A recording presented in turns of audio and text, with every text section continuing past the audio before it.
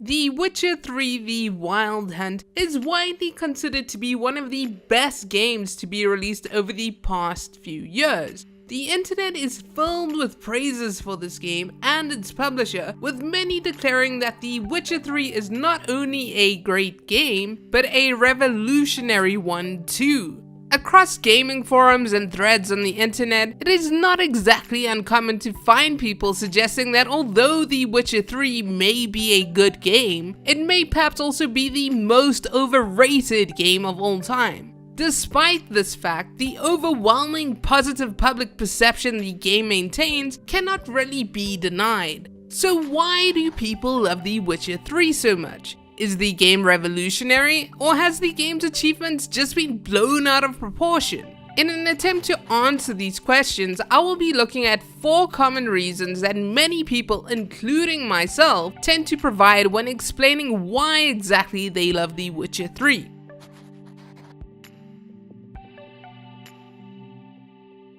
Now, probably the first thing you'll hear from anybody who says they like The Witcher 3 is that the game contains an amazing story and some very likable characters. Quite simply, there aren't many games out there that have had people writing about how receiving a particular ending made them feel very depressed. Now, not because it was badly written, but rather that they felt so emotionally invested in the characters that they could not bear the idea of these characters falling victim to unfortunate events. And this is a testament to how good many feel the writing in this game actually is. Personally, the first time I played The Witcher 3, I got so drawn into the narrative that I never accepted payment for most of the contracts I completed, simply due to the fact that the contract giver had some stupid sad story. Obviously, this worked much to my own detriment. Being unable to pay for a full set of Witcher gear is the price one pays for developing damned scruples, but you know, it felt worth it at the time. Geralt is not really the archetypal hero protagonist that one often tends to find in any sort of fantasy media. He doesn't have to perform tasks out of the kindness of his heart. He can choose to ignore the injustices within the game world, and is quite the master of sarcastic quips with his sardonic sense of humor. These facets make interacting with the game world a really exciting experience, as many times one really just wants to know how other characters within the game world will react to Geralt's actions. This idea, combined with the fact that the game is filled with interesting side characters that players often want to learn more about, is what makes playing through The Witcher 3 such a compelling experience for so many players.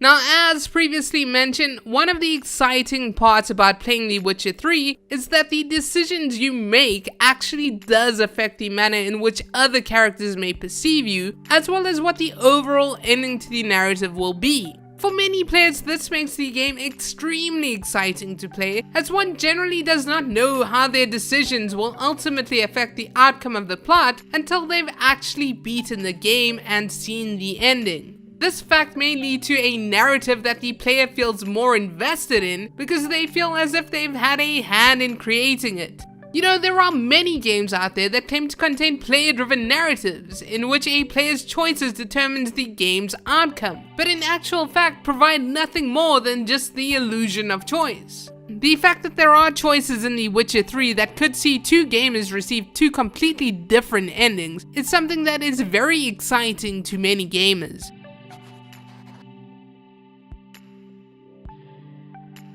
Now, about a year ago, I discussed the notion of the market for open world games becoming oversaturated. One of the key issues I mentioned in this debate was that many open world games fail to provide the player with encapsulating experiences in which one is excited to pour hours into exploring the game world. This is often due to the fact that developers or publishers of such games often tend to focus more on providing quantity as opposed to quality with regards to content. You know, you get these developers that design these beautiful open worlds and then fill them with missions of a repetitive nature that more often than not does more to diminish the player's desire to explore the world more than anything else.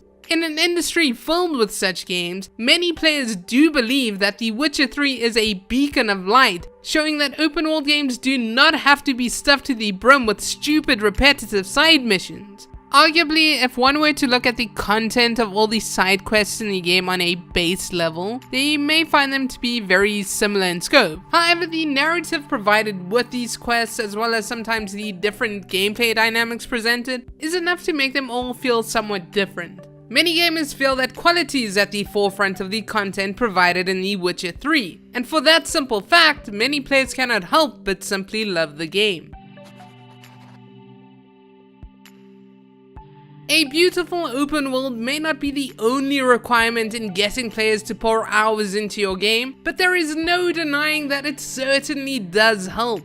There is no contesting the fact that the world of The Witcher 3, although very dark and gritty in some areas, is absolutely stunning. Not every game needs to have jaw-dropping graphics, but people certainly do like looking at a pretty picture.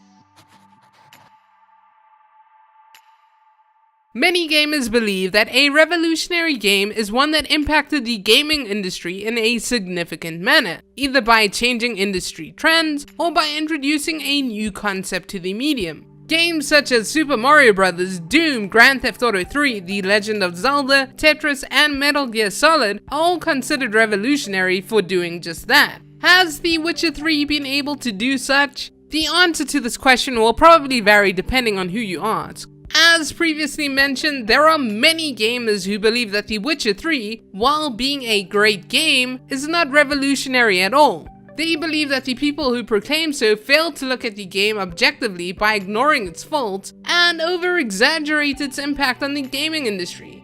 However, then there are those who believe that the game, while not having introduced inherently new concepts, did push the boundaries of what an open world game can achieve when enough time is spent creating a quality product, and in turn raised the expectations of the gaming community as a whole, and has thus been revolutionary in this manner. You know, some developers have openly acknowledged taking inspiration from The Witcher 3 and aiming to create better content. Ubisoft Montreal admitted as much with regards to Assassin's Creed Origins. Many open world RPG titles are also now compared to the game when players make an assessment of quality. Can this be considered a revolutionary impact? I guess it depends on the player. Personally, with all of this in mind, I haven't really decided on whether I believe The Witcher 3 is a revolutionary game or not. All I know is that it is a great game that may be overhyped to some extent, but it is one that I really enjoy playing, and possibly even one that I consider to be my favorite of all time. But what do you think? Have you played The Witcher 3? Do you think it's a revolutionary game? What do you like or dislike about it? Please share in the comments down below, and if you liked this video, please remember to subscribe. Thanks for watching, and I'll see you in the next one.